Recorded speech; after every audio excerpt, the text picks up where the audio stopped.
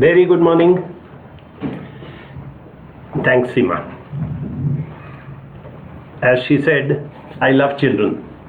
And children of what ages? At least up to 99. To me, they are all children. But specifically, let us talk about those who are in the growing years. Before you become an adult, what you're known as a child, you're called a tween, you're called a teenager, you're called an adolescent, or whatever names you are given. Let's talk about them. The first thing is that every child, according to me at least, every child is unique.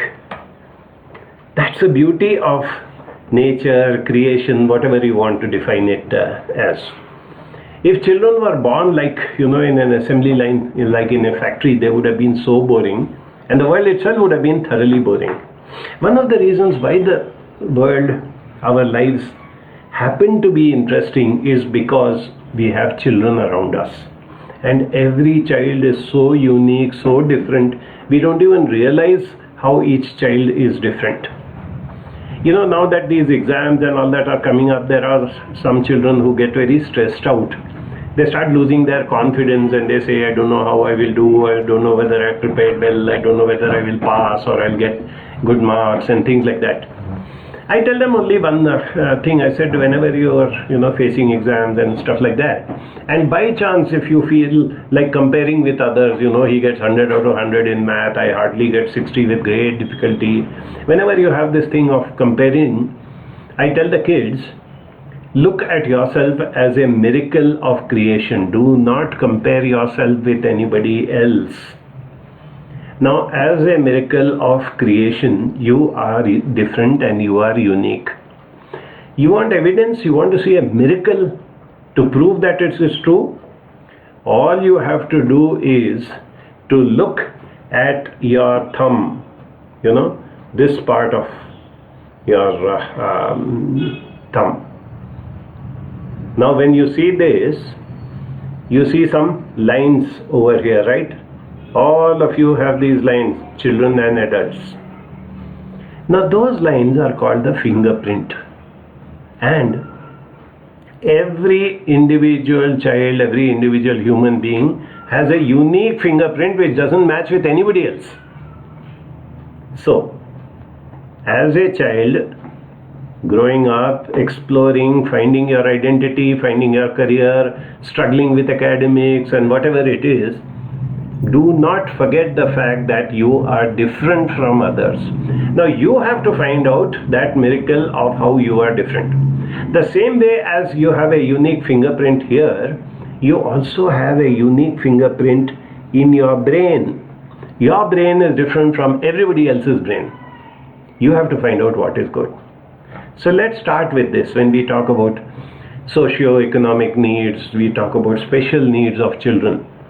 Let us first understand that let us understand that children have certain requirements, certain wants or something which can we admit frankly we are not giving it to them. We want us, all of us adults, whether you are a parent, whether you are a teacher, whether you are a concerned adult, please understand that children want something which they are not getting. Are we at least willing to admit to ourselves that somewhere along the line, while we love the children, we want to do the best for them, we make a lot of sacrifices for them. But because of ignorance, because of miscommunication, because of so many factors, we really don't give them what they want. Do you want to know what children really want? I'm sure you heard this before, but I'm still going to play it out for you.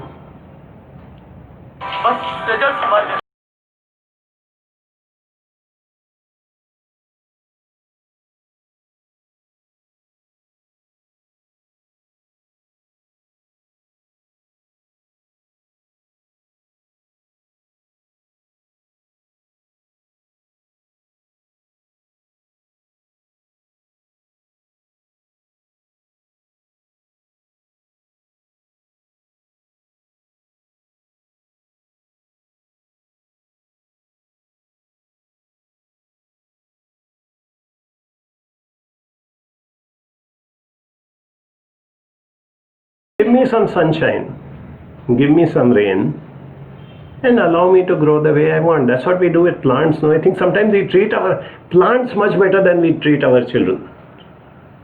We don't plant an apple tree and then they say that, you know, there's more scope for mangoes, so you better produce mangoes instead of apples or something like that. But we do that with children. Okay. So let's start with one or two very basic things about as the children grow up and they develop and stuff like that. See, the first thing is that while every parent wants every child to perform academically, to become somebody great, to go to some IIT, IIM, MIT, USA and all this sort of things, is fine. Nothing wrong in having that ambition for your child. But in which direction is the question? Which direction do you want your child to go, and what are his abilities and things of that sort, right? So first let's understand that every child has a basic intelligence level which is genetic. So you can't blame your child if his intelligence level is low. You have to blame yourself, your parents, your grandparents and your great-grandparents. The child has inherited the intelligence genetically. So here a child whose brain doesn't work as sharply as the brain of another child, including maybe his own sibling or whatever it is. So understand that this child is exceptionally gifted and intelligent. This child is above average, this child is average, this child is below average. Not very difficult to find out also. If you take some help from professionals and all that, you will be able to find out. But more important than that, more important than the IQ, the intelligence quotient, the buddhi or the cognitive intelligence, is the multiple intelligences. It's been more than 35 years since Howard Gardner propagated the concept of multiple intelligences. But many of us still don't pay attention to it. The education system, of course, just doesn't pay attention to it. If a child draws beautifully, the parent or the teacher asks, but have you done your homework? Have you studied your maths? Are you ready for your so-and-so exam? What is this drawing going to get you? Is it going to get you a livelihood? If the child is good in music, the child is good in sports, the child is good in talking to people, none of those things, seem to matter. But they do matter in the end, isn't it? Look around you and look at the adults. Look at the ones who are doing exceedingly well and who are happy and fulfilled, and look at those who are going on struggling all the time. The first category are the people who understood which intelligence is predominant in them, nurtured it, developed it, went into academics and went into experiences of that particular area, and finally found what they want. So please understand, your child may be creative, your child may be interpersonal, your child may be intuitive, your child may be kinesthetic, your child may be emotional. There are so many. Your child may be literary. Check that. So this is my request, regardless of the age of your child, start looking at the multiple intelligences and which are the areas in which the child can do well. Then comes something very important which I want to emphasize on today, and that is the fact that what happens if your child does not perform academically. If your child is getting good marks and the teachers are praising and this and that, parent is happy, teacher is happy, everybody is happy. But every child can't stand first. Every child can't get a distinction. Every child can't do great wonders in the academic world, isn't it? So let us talk about those children who do not do all that well. I was very, very impressed, touched and very happy when I was invited as a chief guest before this lockdown to a school where they asked me to give out prizes. Okay, fine, I do it every now and then, so it's fine. So they had given these prizes, let's say, for a child who stood first in the class. Then a prize for a child who did best in extracurricular or sports or something, fine. Then they asked me to give a child an award to a child in the class who has made maximum progress. Now what do we mean by that? In the first term exam, he failed, he got 30%. In the second term, he got 45%. In the third term, he got 52%, right? Now where does he stand today? A 52%er is somewhere almost at the bottom of the class, right? But he has gone from 30 to 52.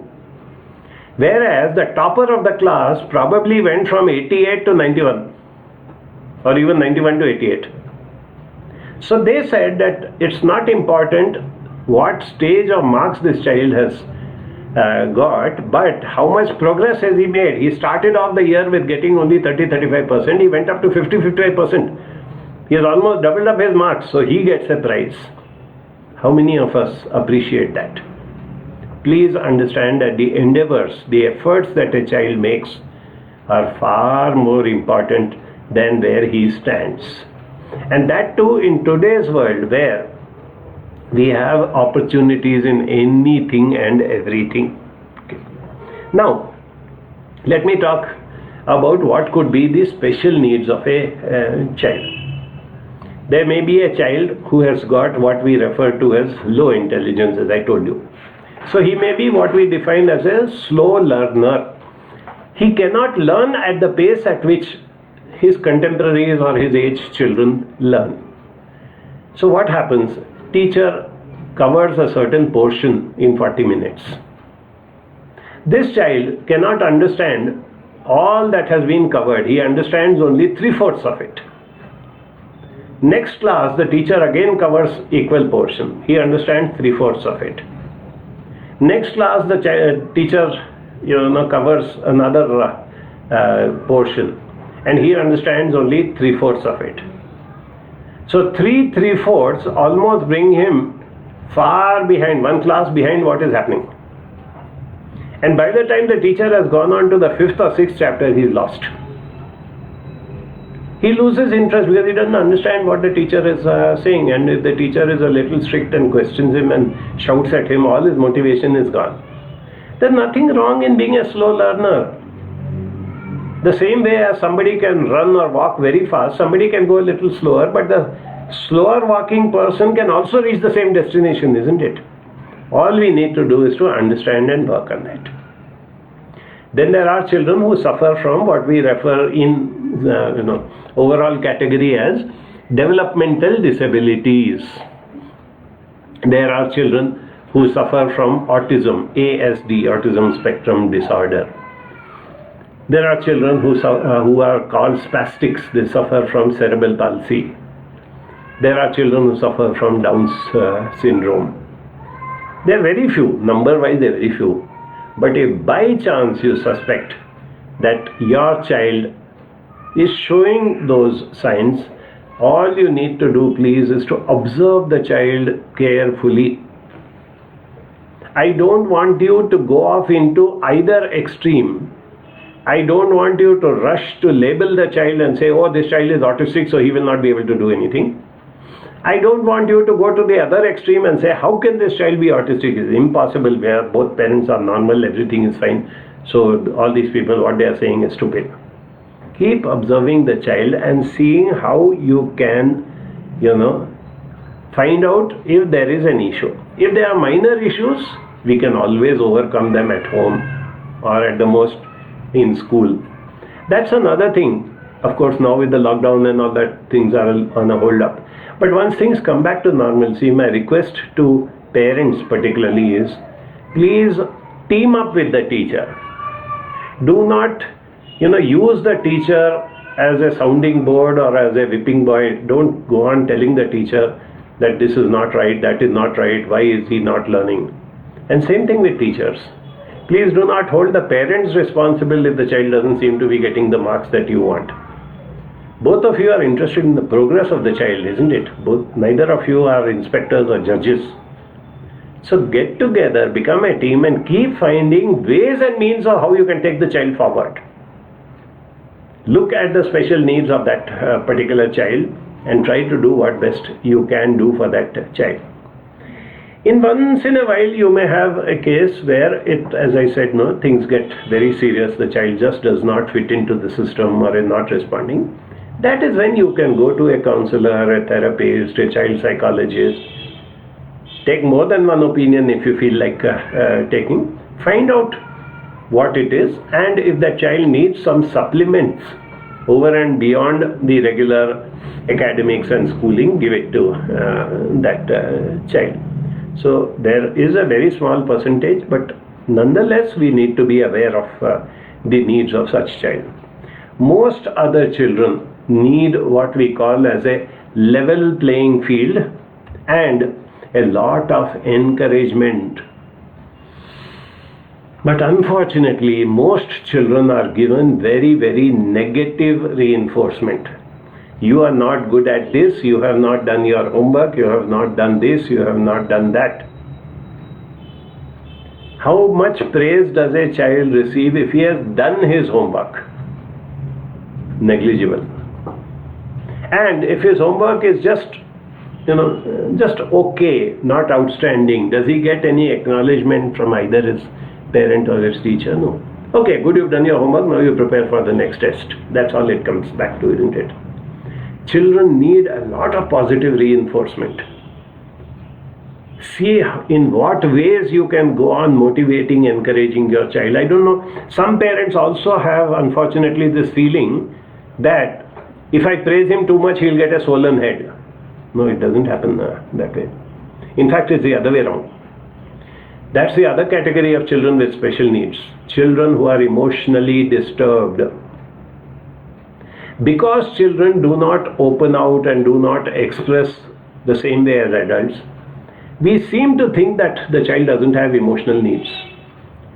Let's say a child has lost his grandparent. He has observed that grandparent becoming sick, getting bedridden, in pain, doctors, hospitals, whatever it is, and then he is lost. Within no time, you will see that child again back playing games and doing something and watching TV. So you think, no, this child is not grieving. We adults are the ones who are grieving. No, it's not true. When a child is emotionally disturbed for whatever reason, it could be because the child has been put down, it could be because of bereavement, it could be because he has had a fight with somebody in the school, it could be because a teacher scolded him. Whatever the reason, this child needs a lot of hand-holding. This child needs a lot of push and support and positive reinforcement on a continuous basis. So majority of the children who seem to be having some special need, that is, they are not behaving the way you want. Either he's becoming too hyperactive and things of that sort and he's disturbing everybody, or he's withdrawing into a corner. Either way, nothing is wrong, don't worry. See how you can get him back. And before you even do that, ask yourself one simple question. Am I doing it for the future, for the benefit and for the improvement of the child? Or am I doing it because I am self-conscious? I want to show off that my child is very good socially or my child is scoring well. Please remember, parenting is not a popularity contest. When you are doing parenting, when you are doing teaching, when you are doing counseling, whatever you are doing to a child, the focus should entirely be on the child. That is what we keep propagating all the time, and that is what we keep practicing by ourselves also. So that is the reason why I want you to understand at a practical level how these things go and how this happens, what we do and what our team does. So I'll take a quick break and I'll pass you on to somebody who day in and day out works with children, their special needs and all these type of things. You can take a sort of example from them, or to see how the team works and what they do, and seek out and take help and whatever it is. So Purni is going to introduce you, and you will have a quick update on how things are done, and then I will be back with you and we'll have a nice open session. Good morning, viewers. Dr. Ali will join you in a short while, maybe the next 7-10 minutes, and you can put in all your questions so that can get answered, and he'll try and answer as many. If for any reason something gets missed out, we will be replying back to you through the chat mode, and sharing with you her immense learning and experiences. And coming live is going to be Sonal Patel. Sonal is the director of Banjaras Gurukul, where she has, day in and day out, she is dealing with so many children, and she will share some of her very relevant experiences, which I'm sure is going to be thought-provoking for you all. And over to Sonal Patel, Director, Gurukul. Good morning, viewers. Nice to see that Saturday morning is used for some learning, and that shows your uniqueness. Alisa was just talking about every child is unique, and we take away that uniqueness very often from children. You know how? When you observe a child doing some continuous activity, as simple as if the child is very energetic and is jumping around and is full of energy, we say, hey, he's full of energy always, but you don't know why he's quiet nowadays. Gone. What have you done to the child? You are telling you are abnormal. That becomes a label to the child again. Sometimes you say, oh, he's always tense. You tell whatever he takes tension. That's also a label. It's one of the quality of the child. If you are looking at uniqueness of the child, look at all around qualities that the child has. And you as parents are the best observers, I would say, who can look the child like a globe all over. And when you have family around, you have friends around, you can take opinion from all of them around. Like, what do you observe about my child? It can be something what they accept, it can be something what they don't accept. But that makes your child unique. And that's where you will be able to help your child identify the strengths that the child has. Sometimes many of us label a child who knows that what autism spectrum is identified about. They'll say, oh, the child is not giving eye contact. This child is autistic. But have you even found out why the child is not giving eye contact? Just having not eye contact doesn't mean the child is having autism. Unless you spend good enough time with the child, understand, was that child actually having some features of autism, or he had some other setback in life that he is not able to look forward or meet any person or look into anybody's eyes and speak. This is the way we need to understand why the child is showing certain signs. When the child is like, jumping over, running over, and then you say, oh, this child is very hyperactive, he is ADHD. When you say ADHD, it comes with so many things which you surf on the net, you will see that, oh, and you'll try to relate, oh, I've seen all this, my child is autistic, or my child is ADHD. I have understood that. But you have not understood, rather I would say you have labeled the child. You have seen through those points that you have seen on the internet or heard that what an ADHD child has or does. So in that way, if you start eliminating those labels and start looking at the uniqueness of the child, the strengths of the child, and help the child to work with those strengths. When it comes to children with learning difficulty, especially in this lockdown period when so many people are doing this online classes and they are talking about how studies is going on, I would say children having learning difficulty are struggling much more, but they are quite adaptive to this new system of learning, and they are doing their best to get that best learning from the sessions that are happening. Is that appreciated? No. When he is fidgety, when he is getting bored, and when the child is looking here and there, look at the screen. You are missing out on learning. But out of 1 hour, if the child has given quality of 10 minutes, I would say that should be appreciated rather than focusing on the next 50 minutes which he couldn't.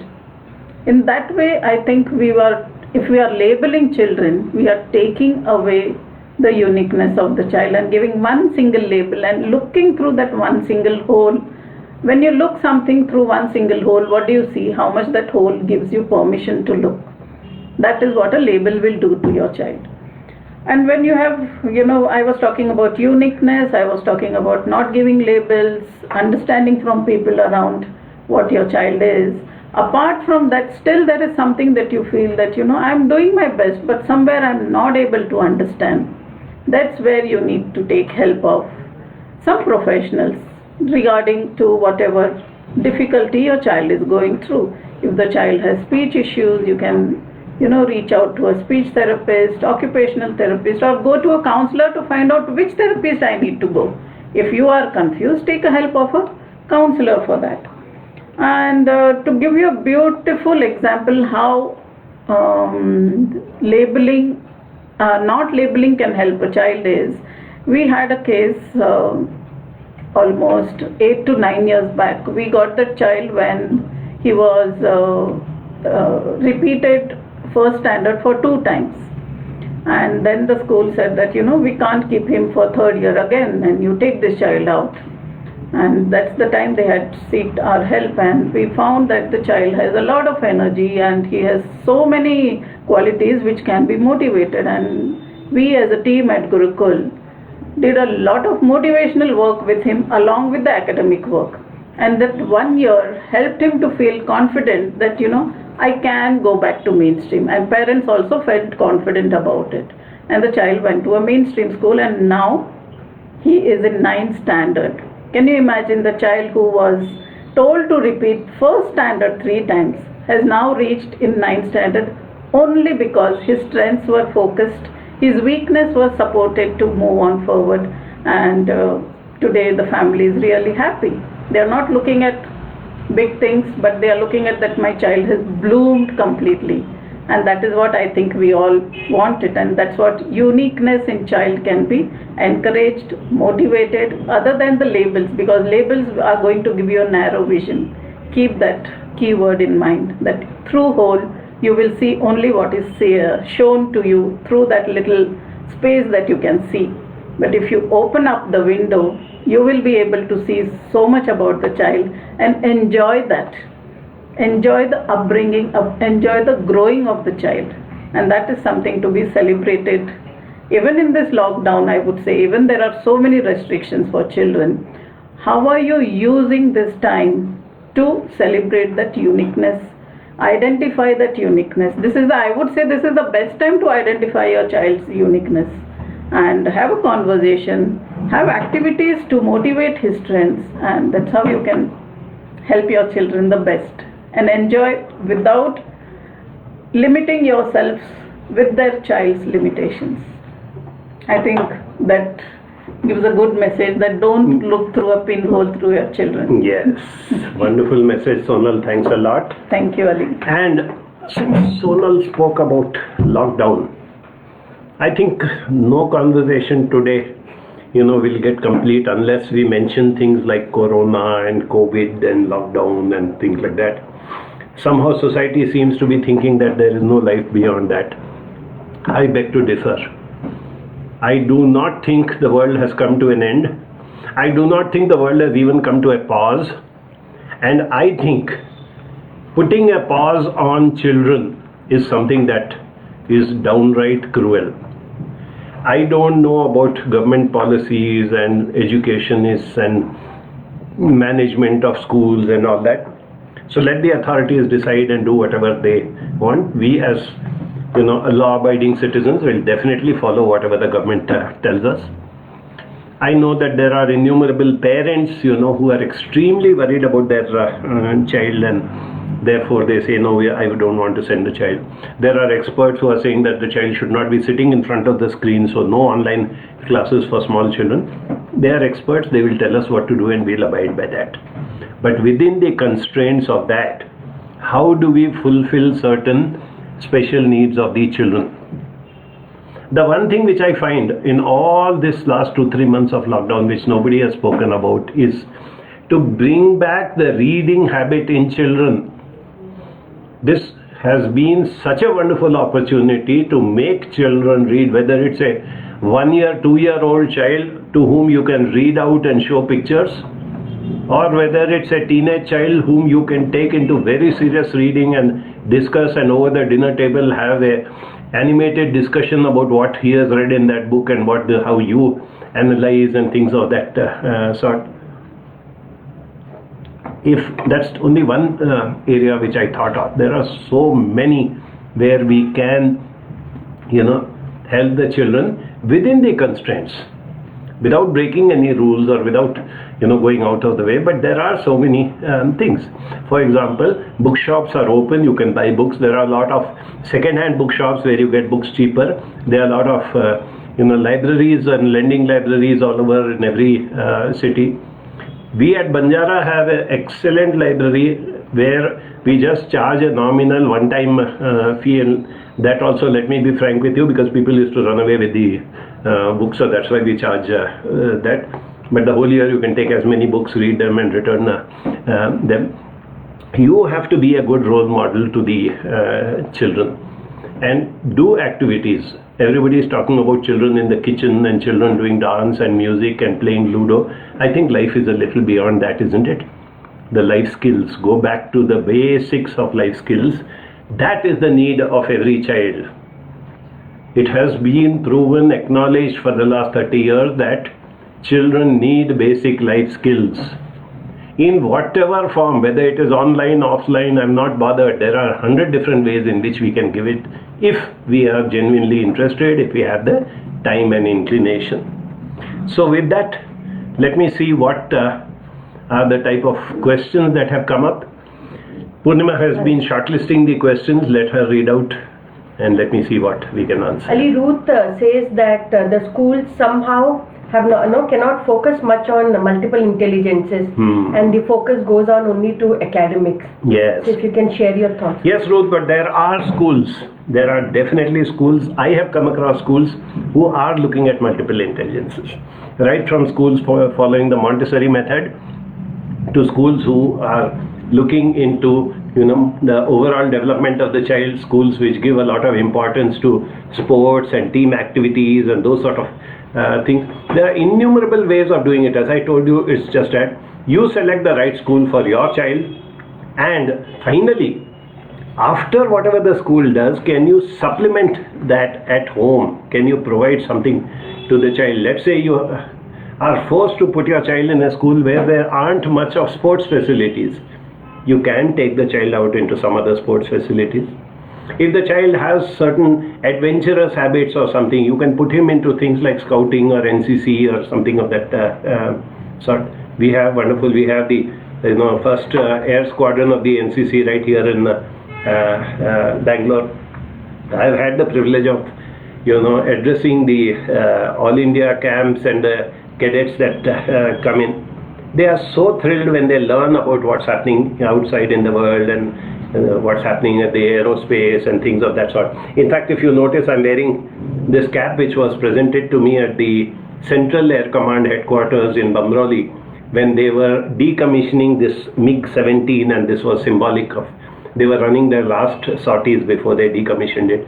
That's part of history, and just being a quiet spectator, doing a little bit of training and counseling for the personnel who are doing such wonderful work in the Indian Air Force, that gives me enough satisfaction.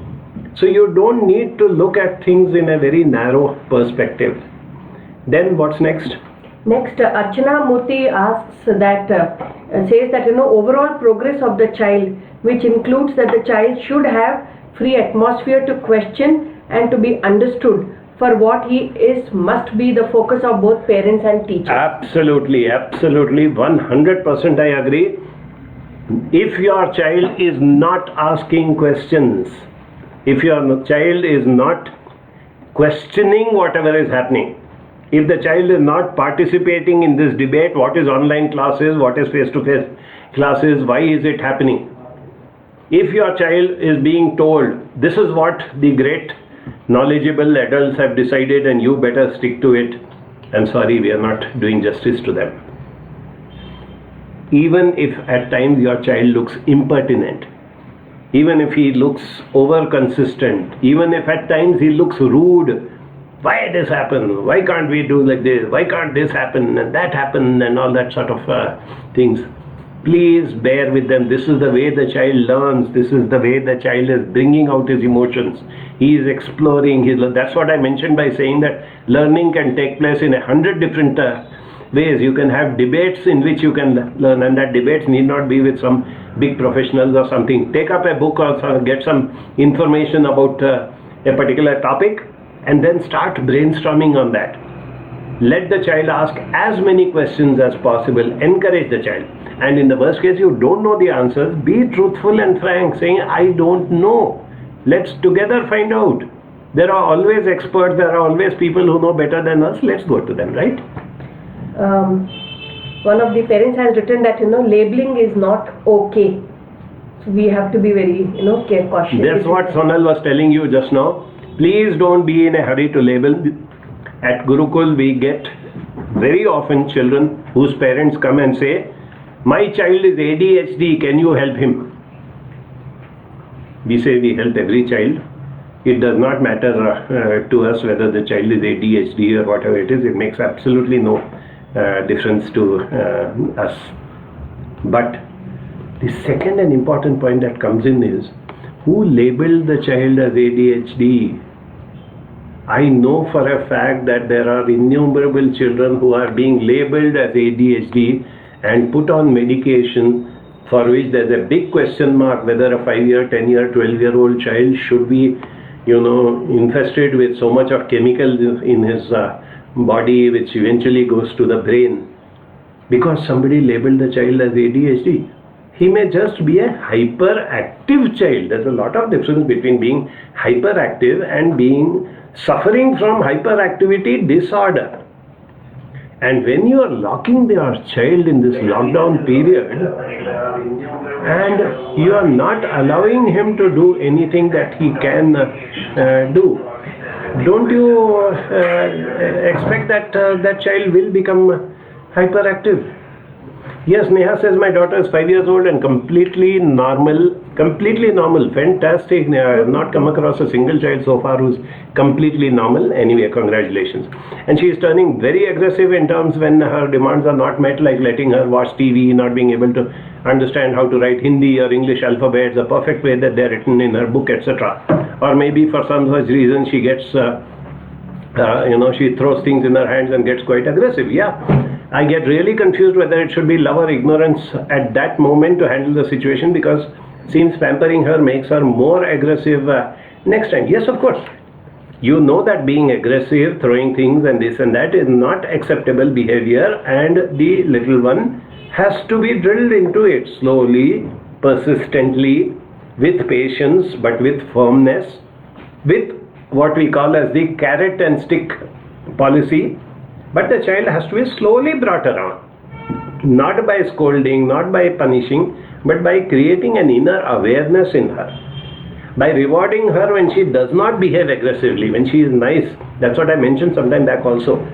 How much appreciation or acknowledgement or reward does a child get for not being doing bad behavior? But almost every child gets punished whenever he or she indulges in so-called bad behavior. I read but still cannot motivate my son to read. Please guide. Doesn't matter. You read, right? Now, you sit and read, and probably when your spouse or some other adult comes back home, you say, you know what, because I had time today and this, I read this book and there was something very nice about this book. Can I read out one passage to you? Now the child is watching from the corner of his eye. You're not involving him. It's an adult discussion. You're all aware that whenever adults talk, the child is more interested than when you talk directly to the child. So his curiosity, his ears go up. Now when you are discussing that, if it is relevant, you could just ask your child, what's your opinion on this? If he says, I don't know, just leave it. Doesn't matter. Continue with the discussion. That's what I meant by saying that you have to be persistent, you have to be firm. And at some point, slowly start bringing in that I want you to read one paragraph, one page of this particular book. It's important to me. And if you do that, I will be very happy, and reward the child in whatever way possible. Okay, Chitra says, I'm working in special school, I'm taking online classes. Can you please give us some guidance how to keep them engaged with different activities?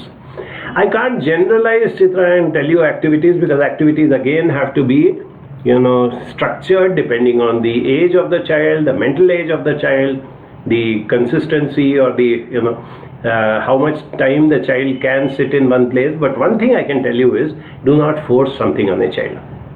There may be a child who can sit and do an activity for half an hour. There may be another child who gets restless in 5 minutes. Do that activity for 5 minutes. Praise him that he did it for 5 minutes, and if he gets restless, he wants to get up and run around or jump around or do something to that. Observe him carefully where his interest is going. If his interest is going towards some poster or some book or something, some toy or something, stimulate the child's mind by going to that and doing.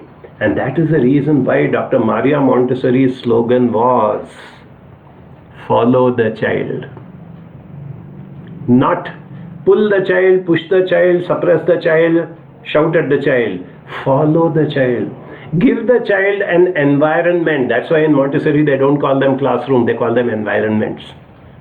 Give the child an environment where the child can go around, explore the world. And you follow the child, take interest, ask questions, clarify wherever it is needed.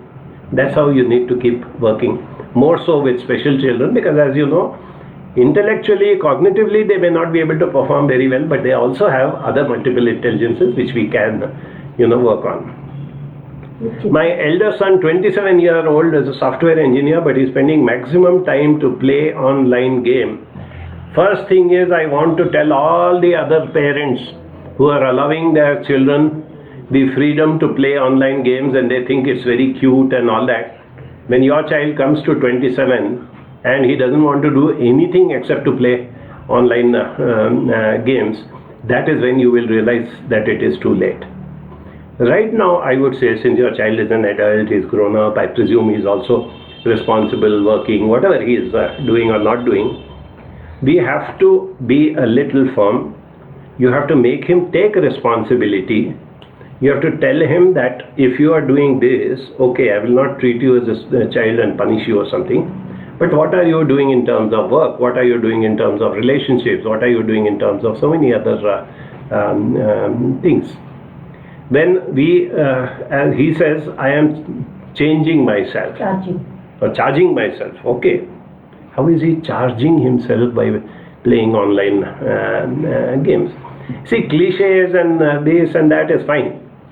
But somewhere along the line, without getting oppressive or angry or something, say, okay, I'd like to learn how this charging takes place. Maybe I'll also follow what you are doing. Let's also take some opinions from experts, whether playing online games is a method of charging your mind and becoming more capable or something of that sort. So go along, as I said, follow the child, even if he's a grown-up boy. Follow and discuss and see where we are heading. Come down to something. If despite all your efforts, your child, whether he is 7 or 27, refuses to comply with some of the very basic things which are essential part of life, then you have to be firm. And you have to devise ways and means of disciplining the child. Again, with that carrot and stick policy, the punishment should not be demeaning or humiliating, but it should hit upon him to the extent that he realizes that I'm going to lose out on this if I don't follow this, and he should get a lot of praise and positive affirmations. Do you believe in spare the rod and spoil the child? Sparing the rod and spoiling the child? No, child doesn't get spoiled by sparing the rod. Enough research has been done, I need not repeat it now, but it is confirmed that 21st century children, you cannot, should not, and will not use the rod. Capital punishment, beating up the child. I am not going into the details of it in today's session, but I am very clear on the fact that we are not going to use that as a method. Alice says that my son was punished in school because of questioning habit. How can we give message to teachers asking questioning is not bad? Can we punish the teachers if possible? That would be a wonderful way of showing to the teacher what the punishment means. But on a more serious note, yes, Alice, I agree with you that you have to put in effort since your child is already there in the school. So you will go back to them and talk to them, see if you can get a few more like-minded parents to go and have a discussion with them. Tell them that this is not our opinion. We are not trying to go against you. We are not, anti-teacher and pro-parent or something. Let's take neutral opinion. Let's talk to experts. Let's find out what happens in these sort of cases, why it has been recommended. There are ways and means of doing it. If the teacher doesn't agree, try and go to the authorities, try and talk to the principal. If you have a good principal in the school, a lot of things can be taken care of. As they say, it is a leader's thing that, matters. Okay, my son has got autism. He can write, he will walk, he will talk, 1 and 2. Would I am searching school for him in Bangalore? Yes, Sunita, please get in touch with us. We will see if we can help you, we can guide you, we can tell you which are the schools which are catering to children with ASD, as it is mentioned, autism spectrum disorders and things like that. How do you convince and make parents understand to seek help from professionals when they are in denial that their child needs help? You just be a little persistent, whether you are a teacher, whether you are a neighbor, whether you are a relative or whatever you are. First time when you tell them, they are in denial. Second time when you see certain behavior pattern of the child and you find that the parent is also getting a little disturbed and angry and upset about it, then you say again, let's see, this can be set right. Can we use some method by which this can be set right? I know that there are ways and means of doing it. Why do you as a parent want to continue to suffer with the behavior of this child or his negligence or whatever it is? So if you are persistent, I have seen parents who initially flatly refuse, saying my child is normal, I don't need anybody's help and all that. 1 month later, 3 months later, 1 year later, 2 years later, they have come back and sought help.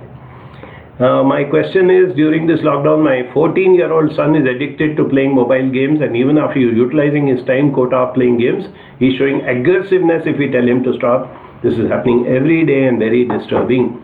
Let this again be a lesson to those who have smaller children. By the time your child comes to 14 years, it's going to be that much more difficult to prevent him or to control him and things like that. But if your child is a teenager, as this parent has said, and if he is getting aggressive, at that moment do not respond to his aggressiveness. Don't get into a ping pong battle with the child. When he gets aggressive, when he behaves in a bad manner, stop the conversation. Say, I think you are very angry at this time. I don't think anything that I say will have any effect right now. So I think we will call off this conversation. Please give a thought. I will give a thought to what you said just now. You said I am being unreasonable. You said this, right? Okay, I will give a thought. We will continue that discussion later. Take time off, then again start from fresh. Recount what the child said and then come back into a more detailed discussion. Repeat that as many number of times as possible. Yes, Purnima. Ali, Shashi Gupta says that I run Vidyanjali for children with learning difficulties. They are allowed to learn at their own pace. Wonderful. And can understand and agree to the facts of what you say. Wonderful. And Parminder Jain is asking, how can we empower children to handle bully in Wait, school? let me take it one at a time. So Yeah. Shashi, is hearty congratulations to you and your team, Shashi. This is what I meant by saying many a time when parents complain, saying that the school doesn't agree to this, the school doesn't do that. I want to assure you that there are many schools. There may be a minority, it doesn't matter. You need one school for your child. There are schools who are conscious, who are actually practicing. Put in that little bit of effort and find out of these schools. Go and meet them. When you speak to the teachers or to the head of the school, you will find their attitude is very positive, and then go ahead. So congratulations to Shashi and so many other schools which are actually practicing this. Yes, Punya. How Parminder Jain asks, how can we empower children to handle bully in school? Yes, bullying, I personally feel that bullying is a part of growing up process. So let's not start off by making a demon out of it and thinking that it's horrible or something of that sort. Do not try to protect your child and think, oh my God, poor fellow, he is being bullied or something of that sort. Simple procedures, we have ways and means, we can discuss that personally with you depending on the age of the child and things of that sort. First thing is allow him to talk. If you feel that your child is being bullied, let him come back home and tell you everything that is going on. Make him explain in detail who bullies, why he bullies, does he bully only him or whatever it is and all that. Then teach him management of his emotions. Are you feeling angry? Are you feeling helpless? Are you feeling humiliated or whatever it is? How will you manage those emotions? The next is empathy. Why does that bully do these sort of things? Is there a chance that you can talk to him and bring him around? Can 2 or 3 of you make a group and then approach the bully and do something of that sort? Only if things go out of control, then I think the teacher or the parent should come into the picture. But 9 out of 10 times, I assure you, you can empower the child to deal with bullying. If you want, you can write to us. We'll send you some tips on how to handle this bullying situation. How can I support my child to have more social skills? Be a role model first. What sort of socializing are you doing? Do you stick to the same friends? Do you spend a lot of time on your phone or in whatever other electronic gadgets? Then your child is definitely not going to learn social skills. I gave you a simple example of reading out from a book 2 paragraphs and having a family discussion on that. The same way, tell the child, let's say you are going out on a holiday or Sunday or something of that sort. Tell the child where you want to go. Ask the child. Even if you are not very happy with his choice, try as far as possible and oblige. And then when you go out there, that is when you discuss with the child, what do you like there, why you didn't like there, why were you so quiet, did you not feel connected with those people, do you want to have more discussions on this or that. Praise the child whenever he socializes with whoever it is, beyond his peer group. Of course, all children do socialize with their peer group, but the moment we went out there and you met that new boy and I saw how easily you made friends and you were laughing and joking with him. I saw how polite you were to that uncle who came and you were greeting him so warmly. The child needs positive reinforcement. Ali, Mr. Deepak Khodani asks, how can we engage a hyperactive 14-year-old child in a creative manner? Hundreds of ways, but let it come from the child. Start off by saying, what is it that you want to do?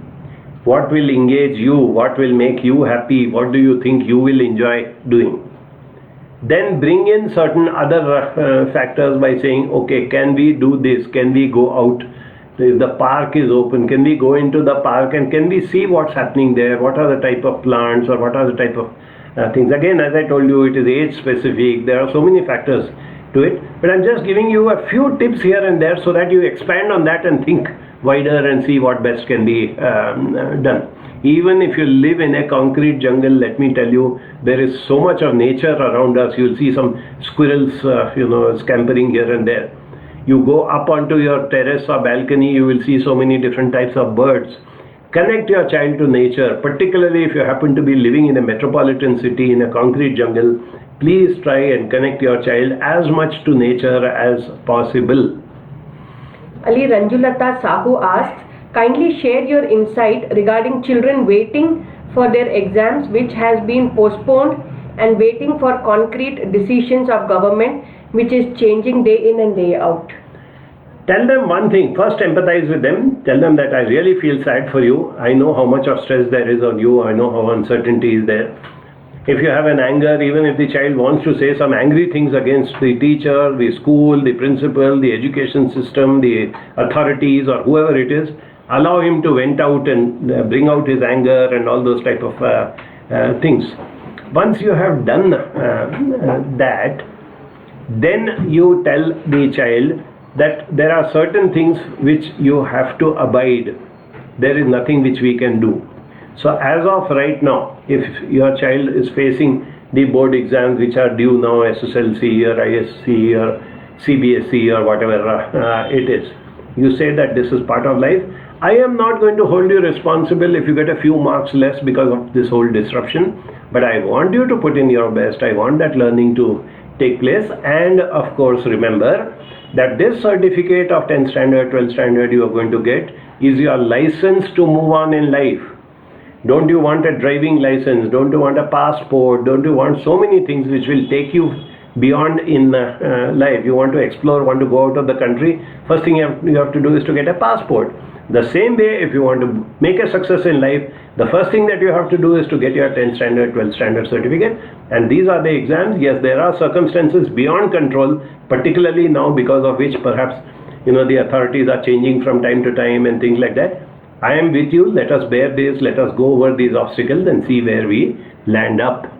Can I get any lead for schools near Whitefield for kids with mild autism? Yes, each of these personal questions, please write to us. We will respond to you to the best of our knowledge, whatever we can do.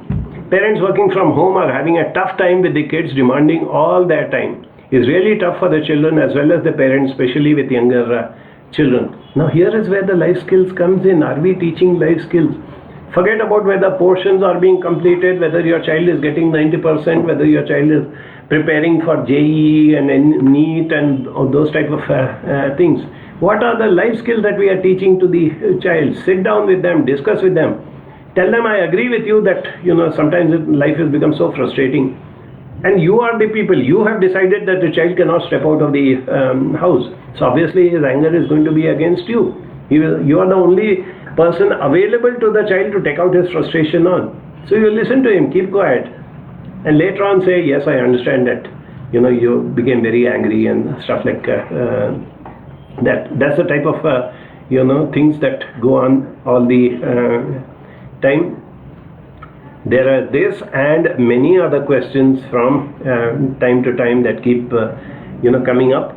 But yes, I do agree that this particular lockdown situation and the fact that, things are being extended continuously, we don't know when the schools will reopen, whether online classes will be permitted, not permitted, when these exams will be held, what will be the results and how they will come out, admissions for those who have completed schooling. All these are question marks. But I can assure you, as a person who has spent not years but decades and has gone through so many ups and downs in life, watching, whether it's an earthquake or a flood or a riot or a curfew or whatever, all these things pass away. The day will come when we will be able to look back on this lockdown and pandemic, as something. Last question I will answer, Devi Mahesh. Some students call me and say that they want to come back to school and are fed up of online classes and continuous monitoring at home. Schools seem to be a happier place. What should we tell the kids, especially teens? I told you the first thing is empathize with them. Tell them that, yes, I love you guys so much. I'm feeling miserable sitting here at home, not being able to see you and laugh and joke with you and things of that sort. Get them on your side. Then you teach them certain rules and regulations have to be abided. So if the government does not permit us to start the classes, we cannot start classes. There are so many ways and means by which we have to abide by if the government says this road is a one way, you cannot enter into it, we have to abide by it. There are so many such things. Teach them those basic life skills and provide them with alternatives. Even if a group of 3-4 children or classmates can get together and have either some fun activity or some learning activity, that is how it goes. Keep looking for alternatives all the time. There are plenty of alternatives that are available. I mentioned to you about reading, I mentioned to you about nature, I mentioned to you about, allowing the child to come out with the feelings and then reverting back and discussing with the child. All these, things are very much there. Yes, we are having some more interesting questions, comments and all that. But as you know, we are coming to the end. Sonal is pointing out so many more questions to me, but we generally stick to our time. We don't want to take too much of your time. So shall I say this is the last answer? My child is 12 years, most of the time alone since he is the only child and we both work. Will there be any psychological effect on his behavior? Not to scare you, Tripti, but yes, let me be frank with you, there will be a psychological effect. Not only on your child because he is single child, or not only because parents are working. There are so many factors to it. All this because basically let us understand and close with this understanding that man is a social animal. Man does not thrive without social and emotional interactions. And more so a child, because a child is a man in construction, in progress. So the child is growing up to become an adult, and the child needs social and emotional inputs. It is very unfortunate that because of very stringent conditions, children are being denied this. Let us supplement it to whatever it is, and let me end up by telling you the one thing which I feel is a greater epidemic than the pandemic which is brought in by COVID, and that is a 4-letter word starting with F.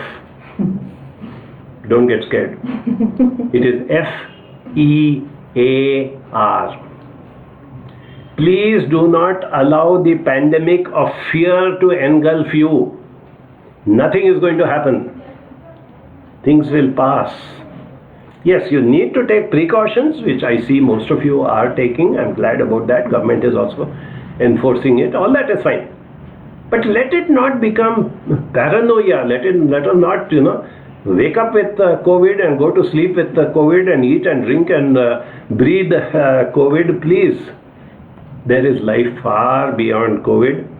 We are there. We are fully functional. Now we are even working on Sundays to make up for those 2-3 months when we were closed. Please get in touch with us. I would love it if you come down and have a discussion. We are hardly getting the number of people who we used to get earlier, so we are not busy. I want to make that absolutely clear. Team Banjara is not busy, Sonal is not busy, I am not busy. You can come down. If you are for whatever reason not inclined towards coming in person, we have all the possibility of talking on the phone or through emails or whatever it is. Take advantage of that and go ahead. Let us work as one community, one family, particularly with regard to the welfare and the development of children. Let us give them a level playing field. Let us give them as many opportunities for holistic development. Whether they finally grow up to become engineer, doctor, lawyer, architect and all that doesn't matter. So with that, let me hand over to Seema to wind up the discussion. Thank you, Ali, for those wonderful tips, and thank you, Sonal, Purni. So as you know, we are all here, and we are going to continue our discussions this Wednesday on 17th. We will be, Ali will be addressing us all on the examination fear, anxieties and those things. So please log in. I would request you all to like our Banjara page so that any activity, any discussion, you can be part of that. And again, next Saturday, we once again get you a beautiful discussion on relationships. So keep tuning in, and thank you all for joining us. Also, any counseling needs, any sort of things that are bothering you, making you anxious, please come over. We are open, and we can have a nice discussion on it. In case if you, in fact, if you want to become a counselor yourself, you can come down here, and we are soon going to start our next batch, the 21st batch of our Diploma in Counseling Skills. You don't need a psychology background for that. If you, believe in reaching out to people, self-development, please, come over, and we are all there for you. Thank you so much. See you again next coming week, Wednesday, Saturday, and we will continue this series. Thank you all so much. Thanks a lot.